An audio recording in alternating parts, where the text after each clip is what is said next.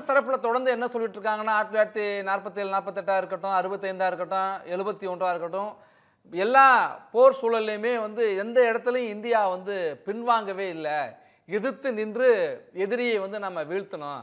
ஆனால் இப்போ அப்படி இல்லை, விட்டு கொடுத்துட்டாங்க அல்லது அமெரிக்கா சொன்னதை கேட்டுட்டாங்க அப்படிலாம் சொல்றாங்களே காங்கிரஸ்லேருந்து. நம்ம 26/7 பாம்பே பாம்பேல அட்டாக் நடந்ததுங்க.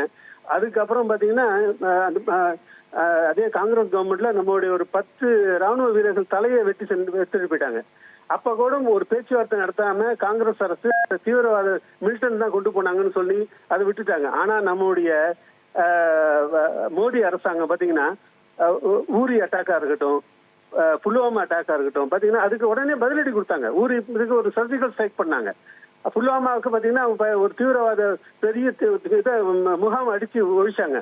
அதே மாதிரி இப்ப புல்வாமா அட்டாக்ல பாருங்க, உடனே அவங்களுடைய 9 தீவிரவாத இதை நம்ம அழிச்சோம். அது இல்லாம ராணுவ விமான தளத்தை 11 இதை நம்ம சேலை வச்சுட்டோங்க. இது சரியான நடவடிக்கை. இது இன்னைக்கு வந்துங்க யுஎஸ் பிரசிடென்ட் ட்ரம்ப் வந்து யாருக்கா உலகத்துல பயப்படுறாருன்னா மோடியை பார்த்து மட்டும்தான் பயப்படுறாரு.